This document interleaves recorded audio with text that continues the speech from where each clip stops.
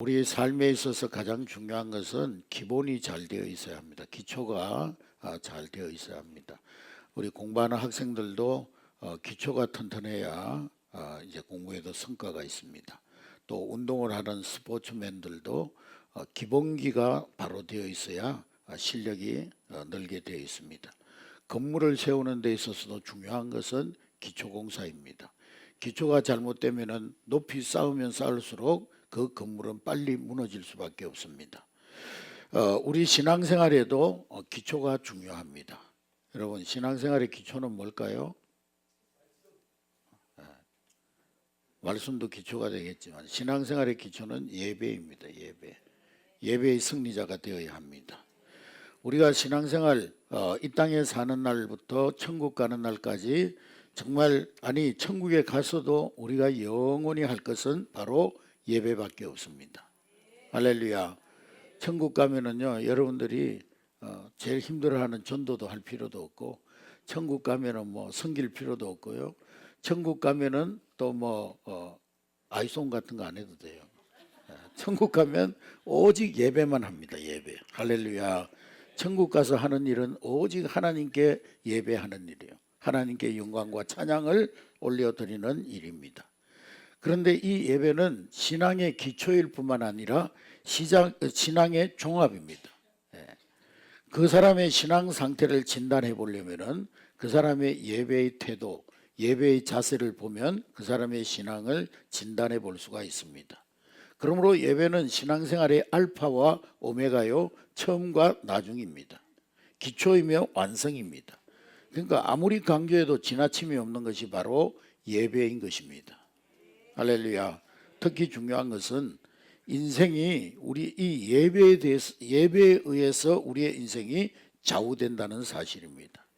예배에 성공하면 인생도 성공하고, 예배에 실패하면 인생도 실패합니다.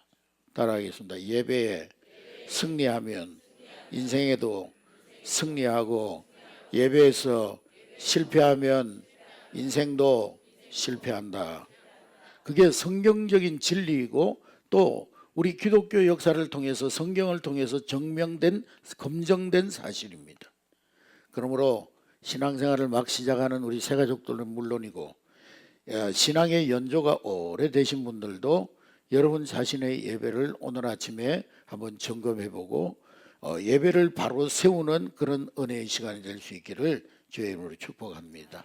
사람은 부지불식간에 기본기에서 벗어날 때가 많이 있습니다. 기초에서 벗어날 때가 많이 있습니다. 그래서 잘못된 습관이 굳어지고, 또 매너리즘에 빠져가지고 형식은 갖추고 있지만은, 교회 다니니까 예수 믿는다는 형식은 갖추고 있지만은 신앙의 생동감을 잃어버리는 그런 길가와 같은 신앙생활을 할 수가 있는 것입니다. 그러므로 오늘 아침에 여러분들의 예배는 어떤 모습으로 하나님 앞에 드려지고 있는지, 여러분들의 예배의 삶은 건강한 그러한 예배의 삶인지를 말씀을 통해서 다시 한번 점검해보는 은혜의 시간이 될 수 있기를 주의 이름으로 축복합니다. 오늘 히브리서 11장은 우리가 잘 아는 바와 같이 믿음의 장이라고 할 수가 있습니다. 믿음이 어떤 것인지 1절부터 3절까지 믿음에 관해서 설명하고 나서 4절부터 이제 쭉 믿음의 사람들에 대해서 언급하고 있습니다. 말하자면은 히브리서 11장은 천국의 명예의 전당이라고 표현할 수가 있습니다. 여기에 이름이 실린 이름들은 정말 대단한 신앙의 인물들입니다. 모든 성도들이 헌모하고 따라가고 신앙의 모델로 삼아야 될 그런 사람들입니다. 그런데 놀랍게도 그 히브리서 11장에 처음으로 등장하는 첫 이름이 누구의 이름입니까? 4절 다 같이 읽습니다. 4절 시작. 믿음으로 아벨은 가인보다 더 나은 제사를 하나님께 드림으로 의로운 자라 하시는 증거를, 누구의 이름이 제일 먼저 나와요? 아벨의 이름이 제일 먼저 나옵니다. 아벨 이야기는 창세기 4장에 기록되어져 있는데, 창세기 4장에는 아벨의 제사 드린 얘기밖에 다른 얘기는 없습니다. 그런데 이 히브리서 11장 첫머리에 이 아벨의, 창세기 4장에 나오는 아벨의 제사를 언급하고 있습니다. 그러니까 그 제사가 그 아벨의 생애 전체를 대표할 만큼 대단한 것이었다는 사실을 알 수가 있습니다. 아벨은 예배 한번 하나님 앞에 잘 드리고 돌에 맞아 순교한 사람입니다. 얼핏 생각하면은 뭐 예배 드리고 나서 바로 돌에 맞아가지고 죽었는데 뭔 대단한 사람이야, 그렇게 생각할 수 있지만은 그만큼 우리가 드리는 예배가 중요하다는 사실을 오늘 히브리서 11장은 말씀하고 있는 것입니다. 할렐루야. 성경에 이름이 실렸다는 그 자체가 대단한 일이지만은 오늘 이 믿음의 장 11장에, 히브리서 11장에 이름이 적혔다는 것은, 올라갔다는 것은 정말 대단한 일입니다. 여러분 가정에도 뭐 자녀들이 있다든지 아니면 여러분 가정에 대개의 가정들이 세계 인물 대백과 사전이 다 있을 겁니다. 저도 어릴 때 그걸 우리 집에서 사가지고 가지고 있었는데 그 첫 번째 나오는 이름이 가가린이라는 사람이에요. 소련의 우주항공사 가가린이 먼저 나오는데요. 이 백과사전에만 이름이 올라가도 얼마나 대단한 겁니까?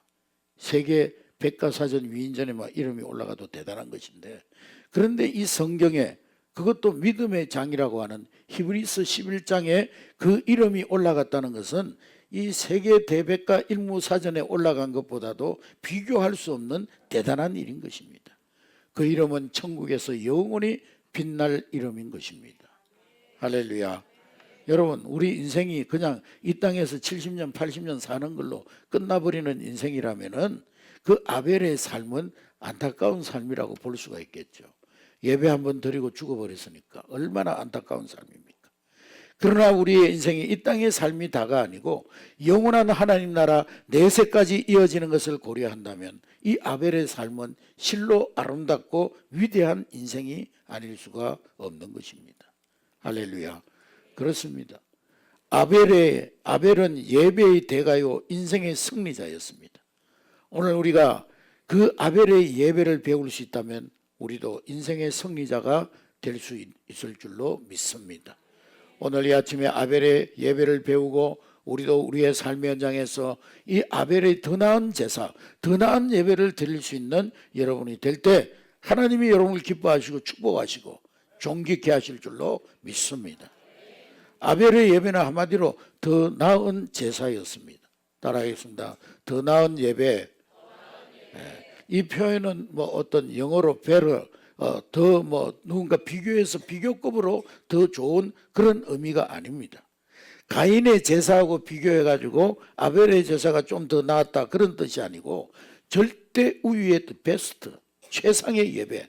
다시 말씀드리면 가인의 제사와는 비교할 수 없는 온전한 제사, 참 예배를 드렸다는 것입니다. 창세기 4장 1절부터 15절에 기록된 이 가인의 제사와 아벨의 제사를 비교해 보면은 가인은 농부였고 아벨은 양을 치는 목자였습니다. 자기들이 그 소산물로 각각 하나님 앞에 제사를 드렸어요. 3절 5절 말씀해 보니까 3절 5절 우리 다 같이 시작. 세월이 지난 후 가인은 땅의 소산으로 제물을 삼아 여호와께 드렸고 아벨도 자기 양의 첫 새끼와 그 기름으로 드렸더니 여호와께서 아벨과 그의 제사는 제물을 받으셨으나. 할렐루야. 네. 거기 보니까 하나님께서 아벨의 제사는 기쁘게 받으셨는데 가인의 제사는 거부하셨습니다. 극명한 대조입니다. 예배의 성패는 그들의 운명을 갈라놓았어요. 여러분, 하나님이 채식주의자가 아니고 육식주의자라서 고기를 좋아해가지고 양을 드린 아벨의 제사는 받으시고 가인의 제사는 받지 않으셨는가, 그런 의문이 생길 수 있습니다만은, 그러나 아벨의 제사에는 세 가지 요소가 들어있는 제사였습니다. 그래서 하나님께서 그 아벨의 제사를 연락하시고 가인의 제사는 이 세 가지 요소가 결여되어 있기 때문에 받지 않으셨던 것입니다. 이 세 가지 요소가 들어있는 예배, 그 예배가 더 나은 예배요 참 예배가 되어질 줄로 믿습니다. 먼저 첫 번째 요소는 뭐냐? 더 나은 예배의 첫 번째 요소는 속죄의 피, 십자가의 은혜를 힘입어 하나님 앞에 예배하는 것입니다. 할렐루야. 성경을 읽을 때 유의할 사항은 우리가 앞뒤의 문맥을 잘 살펴서 성경을 읽어야 된다는 거예요. 근데 많은 경우에 앞뒤 문맥을 다 잘라버리고 그냥 그 한 구절을 가지고 성경을 해석해 가지고 많은 이단들이 나오고 극단적인 그런 성경 해석을 통해서 성경의 본래 의미와 전혀 벗어난 그런 성경 해석을 통해서 많은 사람들을 미혹하는 이단들이 있습니다. 여러분, 오늘 이 가인도 보면은 제간에는 제사를 잘 드린다고 했잖아요. 자기 소산물 가운데 그걸 곡식을 걷어가지고 제일 좋은 걸 하나님 앞에 드렸잖아요. 근데 왜 하나님은 아벨의 제사만 받으시고 가인의 제사는 거부하신단 말입니까? 하나님 너무하신 거 아니냐, 뭐 차별하냐, 이렇게 생각할 수 있습니다. 그러나 바로 앞에 창세기 말씀과 연결해 보면은 그 이유를 알 수 있고 전혀 하나님이 차별적으로 예배를 받으신 것이 아니라는 사실을 알 수가 있습니다. 인간이 타락한 후에 하나님께서 인류에게 선포하시기를, 뱀에게 말씀하시기를, 너는 여자의 후손과 원수가 되고 여자의 후손은 너의 후손과 원수가 될 것이니라. 너는 여자의 후손의 발꿈치를 상하고 여자의 후손은 너의 머리를 상하게 할 것이니라. 오늘 여기에 나오는 여자의 후손은 이 인류 가운데 이 세상에 태어난 모든 사람 가운데 유일한 아담의 씨를 받지 않고 남자 아버지의 씨를 받지 않고 이 땅에 태어난 예수 그리스도, 그분을 말하는 것입니다. 여자의 후손은 예수 그리스도십니다. 예수 그리스도께서 십자가의 대속, 십자가에 피 흘려 죽으심으로 사단의 권세를 깨뜨리시고 인간의 죄와 영원한 사망에서 구원하신다는 하나님의 계획이 창세기 3장 15절에 나온 말씀인 것입니다. 타락한 인간에게 최초로 주신 하나님의 복음입니다. 그래서 원시복음, 원복음이라고 말하는 것입니다. 그러면서 하나님이 어떻게 하셨습니까? 창세기 3장 20절부터 21절 말씀해 보니까, 창세기 3장 20절 21절 시작. 아담이 그의 아내의 이름을 하와라 불렀어요. 그는 모든 산자의 어미가 됨이더라. 여호와 하나님이 아담과 그의 아내를 위하여 가죽옷을 지어 입히시니라. 아담과 하와가 범죄한 후에 자신들의 부끄러운 모습을 보고 눈이 밝아져 가지고 자신들의 부끄러운 모습을 보고 무화과 나무 잎을 엮어서 치마를 만들어 입었어요. 중요한 부분을 가렸어요. 근데 동쪽에서 해가 뜨니까 다 말라 비틀어져 버리니까 자신들의 부끄러운 것을 가려줄 수가 없는 거예요. 그래서 하나님께서 짐승을 잡아가지고 가죽옷을 만들어가지고 그들에게 그 가죽옷을 입혀주셨습니다. 가죽옷을 만들려면 죄 없는 짐승이 피 흘리고 죽어야 되는 거예요. 그래서 동물보호단체에서는요, 밍크코트, 또 무스탕, 뭐 또 이런 것들을 못 만들게 반대 운동하잖아요. 짐승이 죽어야 그런 걸 만들 수 있으니까. 가죽옷을 만들기 위해서는 죄 없는 짐승이 대신 피 흘려 죽어야 속죄, 즉 죄를 가려줄 수가 있는 것입니다. 이게 바로 십자가의 대속의 원리입니다. 아마 아담이 가인과 아벨에게 이런 사실을 알려줬을 거예요. 야, 엄마 아빠가 하나님 따먹지 말라고 한 선악과 따먹고 하나님께로 쫓겨났는데 무화과 나무로 치마를 해가지고 입고 있었는데 다 그게 말라 비틀어지니까 하나님이 짐승을 잡아가지고 가죽옷을 입혀주셨단다. 그러니까 너희들이 앞으로 하나님께 나갈 때는 짐승을 잡아가지고 그 피를 가지고 하나님 앞에 제사 드려야 돼. 계속 교육했을 거예요. 그런데 이 말씀에 따라 순종하느냐 순종하지 않느냐가 중요한 거예요. 아벨은 그 부모님의 말씀을 듣고 제가 하나님 앞에 제사할 때마다 짐승을 잡아 피의 제사를 드리겠습니다. 근데 가인은 그 말을 흘려보낸 거예요. 한 귀로 듣고 한 귀로 흘려보낸 거예요. 그 자기 입맛대로 예배한 거예요. 자기가 생각하는 그 방식대로 예배한 거예요. 만일에 가인에게 말씀에 순종하는 믿음만 있었다면 얼마든지, 그때 당시는 육식을 하는 시대가 아니었잖아요. 노아 이후로 육식하게 하나님 육식을 허락하셨잖아요. 그때 당시에는 육식하는 시대가 아니었기 때문에 어떤 면에서 곡식이 양보다 더 교한 가치에 있어서 더 귀한 가치, 유리한 조건이었을 것입니다. 근데 가인은 그렇게 하지 않았어요. 자기가 곡식을 얻은 걸 가지고 동생에게 가서 너 이거 양으로 바꿔줘, 하나님 앞에 제사 드리려고 그래. 그러면 아벨이 기꺼이 바꿔줬을 텐데, 그러나 그는 그렇게 하지 않았습니다. 결국에는 자기 방식대로, 자기가 좋은 대로, 자기 편리한 대로, 자기가 원하는 방식으로 하나님 앞에 예배를 드린 거예요. 제사를 드린 것입니다.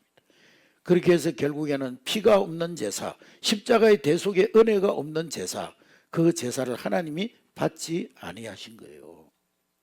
여러분, 그렇습니다. 가죽옷은 대속의 복음, 십자가의 예고편입니다. 레위기서 17장 11절의 말씀에 보면, 레위기 17장 11절 시작. 육체의 생명은 피에 있음이라. 내가 이 피를 너희에게 주어 제단에 뿌려 너희의 생명을 위하여 속죄하게 하였나니 생명이 피에 있으므로 피가 죄를 속하느니라. 할렐루야. 피는 생명이고 생명을 구원하기 위해서는 대속의 피가 있어야 된다는 거예요. 짐승의 피, 하나님께서 창세기에 보여주신 짐승의 피는 예고편에 불과하고 진짜 속죄를 위해서는 죄 없는 인간으로 오실 예수 그리스도의 피가 있어야 된다는 것입니다. 예수 십자가의 피를 믿을 때 비로소 우리는 구원받은 하나님의 자녀로서 하나님의 은혜 앞에 당당히 나갈 수가 있는 것입니다. 할렐루야. 히브리서 10장 19절의 말씀에 보니까, 히브리서 10장 19절 시작. 그러므로 형제들아 우리가 예수의 피를 힘입어 성소에 들어갈 담력을 얻었나니. 할렐루야. 성소는 하나님 앞입니다. 죄인은 감히 하나님을 볼 수도 없고 하나님 앞에 나갈 수도 없어요. 하나님 보면 그 자리에서 즉사합니다. 그런데 우리는 십자가의 피를 힘입어 은혜의 보좌 앞에 담대히 나아갈 수가 있는 것입니다. 그러므로 우리가 예배할 때 가장 중요한 것이 뭐냐? 십자가 앞에서 나 자신을 돌아보면서, 하나님, 지난 한 주간 내 삶의 모습을 볼 때 너무나 부족하고 연약하고 말씀대로 살다고 몸부림쳤지만은 때로는 넘어질 때 있었고 실수할 수 있었고 미워하고 시기하고 욕심내고, 하나님, 내 마음속에 거짓된 것들, 누추한 것들을 품었을 때가 있습니다. 주님, 십자가의 보혈로 덮어주셔서 이 시간 온전한 믿음으로 십자가의 피의 공로 의지하여 하나님 앞에 나아가게 하여 주시옵소서. 회개하는 마음을 가지는 거예요. 여러분, 우리 교회에서 예배하기 전에 오프닝 그 카운트다운 5분 영상을 내보내는데 그 시간이 뭐 하는 시간입니까? 뭐 잡담하고 한 주간 잘 지냈어? 그런 거 얘기하는 시간이 아니에요. 하나님 앞에 나의 죄를 드러내고 하나님 앞에 솔직한 마음으로 회개하고 하나님 앞에 지난 한 주간의 내 삶을 돌아보는 그런 회개의 시간이 되어야 하는 것입니다. 할렐루야. 일단 예배하러 성전에 돌아오면 사담을 해서는 안 되는 거예요.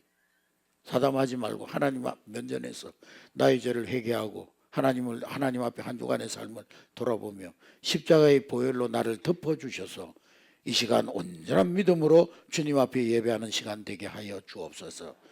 기도하는 여러분 될 수 있기를 주의 이름으로 축복합니다. 그리고 요즘은 구복이라고 그랬잖아요. 팔복에 대해서 구복, 팔복 플러스 일복, 구복이 있는데, 구복은 뭐냐? 예배 시간에 핸드폰을 끄는 자는 복이 있나니 은혜를 받을지어다. 핸드폰도 끄고 들어오세요. 들어올 때는. 아멘. 예배 시간에 막 전화 오는데도 그냥 머리만 숙이면 안 들리는 줄 알고, 여보세요. 무슨 꼬투리 꽁 뭐 잡으러 가면 볏집에다 머리 쳐갖고 자기가 몸은 다 내놓고 그냥 있는 것처럼, 예배 시간에는 하나님께 집중해야 되는 거예요. 아멘. 십자가의 보혈의 은혜에 힘입어 주님 앞에 나아가는 여러분 될 수 있기를 주의 이름으로 축복합니다. 우리의 기도에도 찬양에도 십자가의 은혜를 사모하는 마음이 깔려 있어야 되는 거예요. 부디 저와 여러분 예배를 통해서 통회하는 마음, 십자가의 은혜를 사모하는 마음이 충만하기를 주의 이름으로 축복합니다. 그리고 아벨의 제사는 두 번째 요소, 아벨의 제사에는 진실한 마음이 있었어요. 하나님 앞에 드리는 정성된 마음이 있었다는 거예요. 그는 첫 새끼와 기름을 드렸는데, 첫 새끼와 기름을 드렸다는 것은 제일 좋은 것을 드렸다는 거예요. 그러나 제물 가운데 그의 진실한 마음, 간절한 마음이 그 제물에 담겨져 있었다는 거예요. 여러분, 하나님은 우리가 드리는 제물 그 자체보다 우리의 마음을, 그 제물 속에 담긴 마음을 보기를 원하시는 거예요. 하나님은 우리의 마음을 원하십니다. 잠언 23장 26절에 내 아들아 네 마음을 나에게 다오 그랬어요. 여러분들도 자녀들에게 마찬가지잖아요. 어떤 선물보다도 자녀들의 마음을 얻기를 원하잖아요. 예배의 형식도 중요합니다. 그러나 그 속에 담긴 마음 자세가 중요한 거예요. 인간관계에서도 마음의 주고받음이 중요하잖아요. 아무리 가까운 관계를 할지라도 만일에 마음의 주고받음이 없다면 남남과도 같은 거예요. 하나님과의 관계도 마찬가지입니다. 신앙도 예배도 하나님과 마음을 주고받는 거예요. 마음을. 할렐루야. 여러분, 예수님 당시에 유대인들이 왜 책망받았습니까? 그들이 제사를 안 지내서 책망받았어요? 11조를 안 해서 책망받았습니까? 그들은 예배도 드리고 11조도 엄격하게 하나님 앞에, 우리는 대충 100만 원 벌어도 뚝 떼먹고 그냥 5만 원 드리고 그러는데, 그 사람들은 그런 게 아니에요. 콩을 재배하면은요, 콩이 들어오면은 콩을 7,273만 5,602개 해가지고 세가지고요, 거기서 정확하게 개수를 세가지고 하나님 앞에 11조를 철저하게 했어요. 철저하게. 그런데 왜 하나님께서 그들에게 책망하셨습니까? 마태복음 15장 7절부터 8절 말씀해 보니까, 마태복음 15장 7절 8절 시작. 외식하는 자들아, 이사야가 너희에게 관하여 잘 예언하도다. 일러스되 이 백성이 입술로는 나를 공경하되 마음은 내게서 멀다. 입술로는 막 하나님 사랑해요, 하나님 찬양해요, 막 그래 놓고는 마음은 하나님과 멀다는 거예요. 그래서 시편 기자는 예배는 뭘로 드린다고 그랬냐? 시편 50편 23절, 시편 50편 23절 시작. 감사로 제사 드린 자가 나를 영화롭게 하나니 그의 행위를 옳게 하는 자에게 내가 하나님의 구원을 보이리라. 예배는 뭘로 드린다고요? 감사로 예배를 드려야 되는 거예요. 우리의 기도에도 감사, 우리의 찬송에도 감사, 우리의 예물에도 감사. 예배의 한순간 한순간마다 감사가 들어갈 때 그 예배는 살아있는 예배, 더 나은 예배, 하나님이 기뻐 받으시는 예배가 되는 것입니다. 그 예배 가운데 하나님이 기뻐하시고 임재하시고 충만하시고 우리에게 은혜와 복을 내려 주시는 것입니다. 부디 여러분, 하나님 앞에 정말 마음을 담은 예배, 정성된 예배 하나님 앞에 드릴 수 있기를 주의 이름으로 축복합니다. 할렐루야. 예배 시간에 하나님께 마음을 집중해야 되는 거예요. 제가 언젠가 교회 성전에 들어와가지고 그러니까 주보가 날아다니길래 주워가지고 봤더니만 카톡으로 하면 다 들키니까 주보에다가 오늘 예배 마치고 뭐 먹지? 짜장면 먹으러 갈까? 짬뽕 먹을까? 탕수육도 시킬까? 이러면서 막 그냥 주보에다가 적어놨더라고요. 카톡으로 하면은 다 표시가 나니까. 근데요, 위에서 보면 다 알아요. 지금 뭔 생각하고 있는지. 마음에 뭐가 들어있는지 다 보여요. 관심법을 보면 다 보여요. 영적인 관심법을 보면 다 보여요. 뭐 쓰는 척 하면서, 설교 쓰는 척 하면서 딴짓하는 것도 다 보여요. 하나님께 집중하시기 바랍니다. 말씀에 집중하시기 바랍니다. 마지막으로 아벨의 제사에는 인격과 삶이 겸비되어져 있습니다. 창세기 4장에 보면은 4장 4절 5절 시작. 아벨은 자기도 양의 첫 새끼와 그 기름으로 드렸더니 여호와께서 아벨과 그의 제사는 받으셨으나 가인과 그의 제물은 받지 아니하신지라. 가인이 몹시 분하여 안색이 변하니. 자, 하나님이 아벨과 그의 제물을 받으셨다고 그랬어요. 아벨의 제물만 받은 것이 아니라 뭘 받으셨다고요? 아벨 그 자신을 받았다는 거예요. 여러분, 제물도 중요하지만 우리 자신이 더 중요한 거예요. 여러분 명심하시기 바랍니다. 예배 시간에 최고의 예물은 우리 자신이 하나님 앞에 제물로 드려지는 거예요. 가인의 제사가 왜 거부당했습니까? 피가 없는 제물이라도 이기 때문에도 그랬지만 마음이 당겨지지 않은 진실하지 못한 예배의 기도이었어도 했지만 또 한 가지, 가인의 인격과 그 사람의 삶 자체가 당겨지지 않은 사악한 삶이었다는 거예요. 하나님 앞에 사악한 삶이었다. 창세기 4장 7절 다 같이 읽습니다. 창세기 4장 7절 시작. 내가 선을 행하면 어찌 낯을 들지 못해 선을 행하지 않으면 죄가 문에 엎드려 있느니라. 죄가 너를 원하나 너는 죄를 다스릴지니라. 가인이 막 아벨 제사만 하나님 받은 심통을 부리니까 하나님 뭐라고 그랬습니까? 네 속에 악한 것이 있다. 네가 선을 행하면 어찌 낯을 들지 못하겠느냐. 선을 행하지 아니하면 죄가 문 앞에 엎드려져 있느니라. 그러면서 하나님께서 그 가인 속에 웅크리고 있는 죄를 지적하십니다. 결국 그 죄를 다스리지 못한 가인은 동생 아벨을 돌로 쳐 죽여버리고 최초의 인류의 살인자가 되고 맙니다. 여러분, 우리가 예배 시간에 공적으로 드리는 예배 시간도 중요하지만 이 예배 시간에 공적 예배 시간의 모든 순서도 중요하지만 그 이전에 하나님 말씀 앞에 순종하는 우리의 삶의 우리 현장의 삶 속에서의 예배도 중요한 거예요. 할렐루야. 사무엘상 15장 22절 23절 시작. 사무엘이 이르되 여호와께서 번제와 다른 제사를 그의 목소리를 청정한 좋아하신 같이 좋아하시겠습니까? 순종이 제사보다 낫고 듣는 것이 수양의 기름보다 나으니 이는 거역하는 것은 점치는 죄와 같고 완고한 것은 사신 우상에게 절하는 죄와 같으니 왕이 여호와의 말씀을 버렸으므로 여호와께서도 왕을 버려 왕이 되지 못하게 하셨나니. 불순종하는 제사, 공적 예배의 그 모습과 우리 삶 속에서의 삶의 모습이 이중적인 그런 모습, 그 제사는 무효라는 거예요. 더 나아가서 그런 제사는, 그런 예배는 우상 숭배하고도 같다는 겁니다. 그래서 예배 시간에 말씀을 청종하는 시간이 중요하지만은 여러분 삶의 현장에서 그 말씀을 따라 순종하며 살아가는 삶의 모습도 하나님 앞에 드려지는 예배가 되어야 된다는 거예요. 할렐루야. 전도서 5장 1절 말씀 다 같이 읽습니다. 시작. 너는 하나님 앞으로 들어갈 때 내 발을 가까이 하여 말씀을 듣는 것이 우매한 자들이 재물을 드리는 것보다 나으니 그들은 악을 행하면서도 깨닫지 못함이니라. 할렐루야. 하나님 말씀을 잘 귀담아 듣고 그 말씀 붙들고 한 주간의 삶 속에서도 예배자의 삶을 살아가야 된다는 거예요. 아멘. 여러분, 구약의 이스라엘이 수도 없이 하나님께 책망받은 이유가 뭡니까? 그들도 수많은 예배를 드리고 수천 수백 마리의 소를 잡아서 하나님 앞에 드렸지만은 하나님이 야 구역질 난다. 너희들의 제사 나 받지 않겠다. 너희들의 예배 받지 않겠다. 왜 그렇게 하셨습니까? 이사야 1장 12절 15절에 보니까 이사야 1장 12절 15절 시작. 너희가 내 앞에 보이러 오나니 이것을 누가 너희에게 요구하였느냐. 내 마당만 밟을 뿐이나 헛된 재물을 다시 가져오지 말라. 분향은 내가 가정이 여기는 바요. 월삭과 안식일과 대회로 모이는 것도 그러하니 성회와 아울러 악을 행하는 것을 내가 견디지 못하게 내 마음이 너희의 월삭과 정한절기를 싫어하나니 그것이 내게 무거운 짐이라.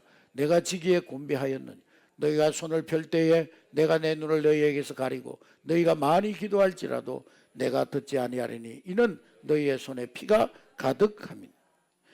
수백 마리 수천 마리의 소를 잡아가지고 양을 잡아가지고 하나님 앞에 제사를 드리면서도 그들의 삶 속에서는요, 그들은 이웃을 자기들은 하나님 선택받은 선민이고 너희들은 저주받을 백성들이라면서 그 사람들을 멸시하고 그 사람들을 적대시하고 그 사람들을 때로는 핍박하고 압박하고 그래서 그들의 손에는 피 묻은 손이라는 거예요. 여러분 신앙이 이념화되면 그렇게 되는 거예요. 천주교가 왜 십자군 전쟁을 일으켜가지고 그 수많은 사람들, 세계 수많은 이슬람 국가의 사람들을 죽였습니까? 신앙이 다르면 악마화하는 거예요. 악마화. 여러분 신앙이 다르다는 것은 우리의 전도의 대상이요, 우리가 사랑으로 다가가서 그들을 변화시켜야 될 대상이지 악마화해가지고 막 총칼로 무너뜨려 죽여가지고 그들을 다 그 나라를 무너뜨려가지고 정복하는 것이 그게 복음화입니까? 여러분 천주교는 잘못 생각한 거예요. 그 사람들 총칼로 막 그냥 점령해가지고 다 기독교 국가를 만들어가지고 하여간 어떻게 하든지 강제적으로 예수 믿게 만들어가지고 그렇게 해야 그게 세상을 다스리는 거라고 잘못 착각한 거예요. 신앙을 이념화한 거예요. 이념화.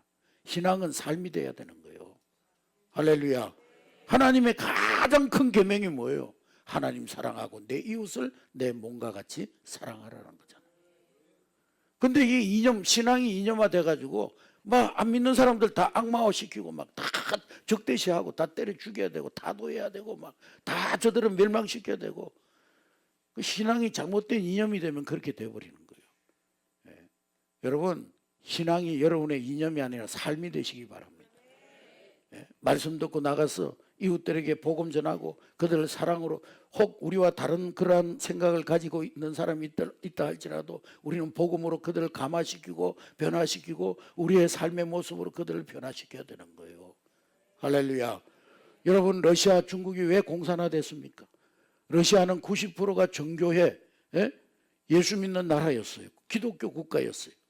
근데 사제들이 다 부패하고 기독교인들이, 지도층에 있는 기독교인 다 부패, 정치 권력과 결탁해가지고 막, 제가 예레미따주 박물관에 가보니까 사제들이 입는 이 가운이요, 막 금실로 해가지고 온갖 금으로 다 치장해가지고 막, 그리고 막 교황하고 결탁해가지고 불쌍한 사람, 가난한 사람들 다 압제하고, 그러니까 거기에서 자생적인 공산주의자들이 일어나가지고 그 러시아가 전복돼 버려. 공산혁명, 노동자 혁명이 일어나가지고 무너져 버렸잖아요.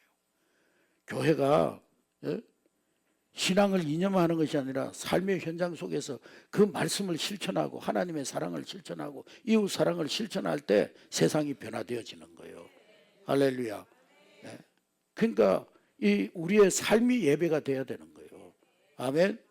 그래서 어디를 가든지 우리는 피스메이커가 되고, 어디에 가든지 분쟁과 다툼과 분열, 우리 조상들로부터 우리 얼마나 분열의 영을 물려받아 가지고 옛날부터 사색 당파 막 그냥 남인 남인 서인 뭐 노인 뭐 해가지고 얼마나 피 터지게 싸웠어요. 그걸 왜 우리 후손들이 물려받아 가지고 이렇게 천갈래 만갈래 찢어져 가지고 피 터지게 싸우고 이래야 되는 겁니까? 한국 교회가 이 민족을 치유해야 되는 거예요. 이 민족을 복음으로 하나 되게 만들어야 되는 거예요. 그래서 이 민족이 정말 복음으로 하나 되어져서 하나님 나라를 세워가는데 우리 한국교회가 쓰임받아야 되는 거예요. 우리 성도 한 사람 한 사람이 삶의 현장에서 예수 그리스도의 사랑을 실천하고 예수 그리스도의 복음을 전가하고, 그렇게 해서 또한 우리 다음 세대들을 하나님의 말씀으로 변화시켜서 그들을 이 시대의 지도자로 세상 속에 나가서 정치, 경제, 사회, 문화, 예술 모든 분야에서 영적 리더가 될 때 우리 대한민국은 사는 길이 열려지게 될 줄로 믿습니다.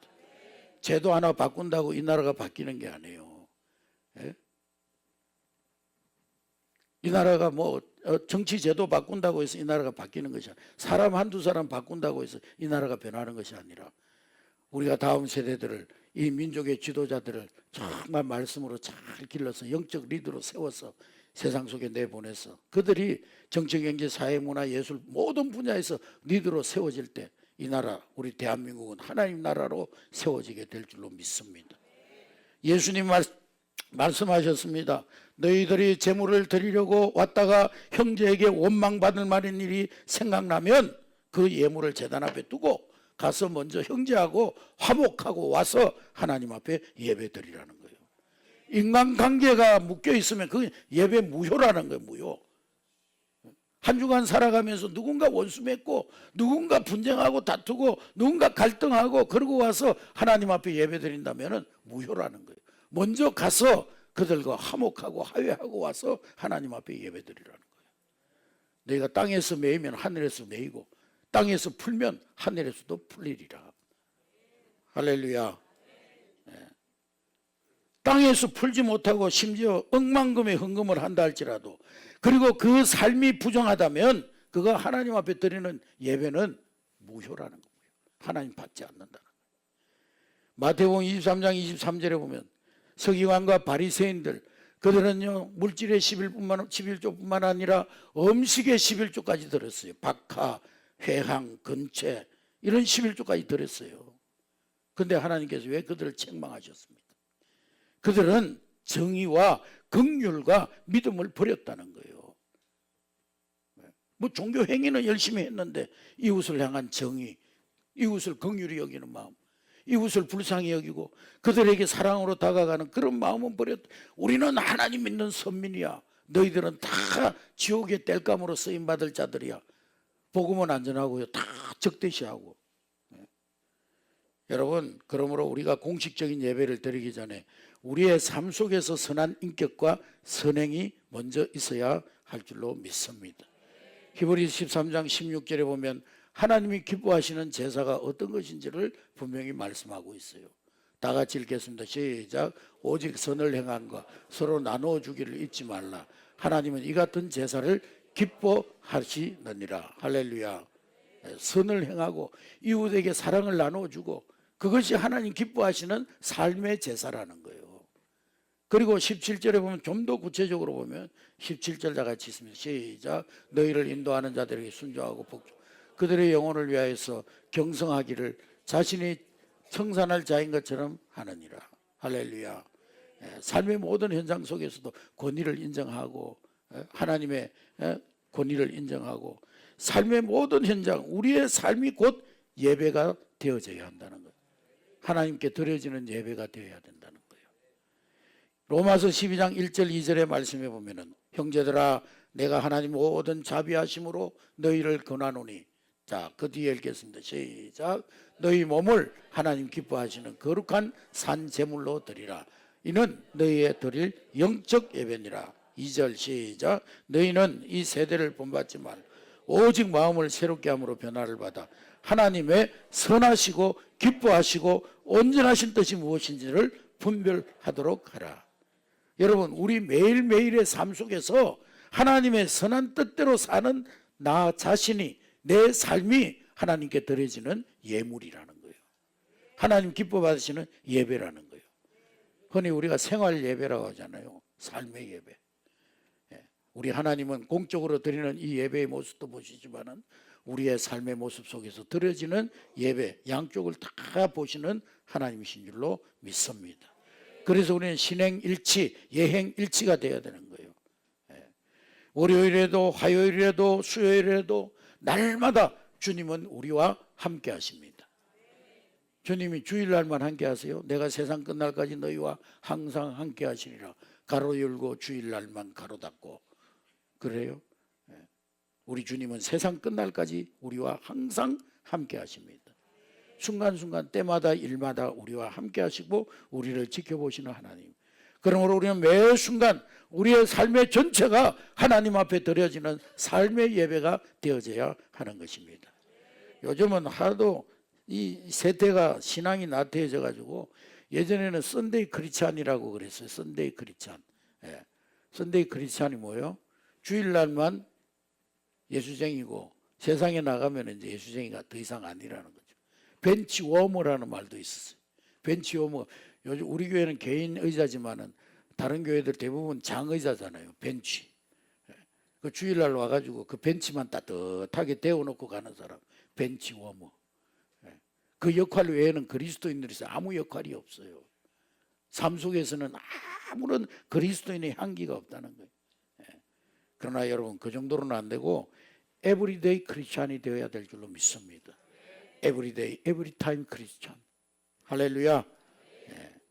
하나님은 아벨의 제사를 기뻐 받으시고 축복하셨습니다. 우리가 아벨의 제사와 같은 더 나은 제사를 드릴 때 하나님이 기뻐 받으시고 우리를 축복해 주실 줄로 믿습니다.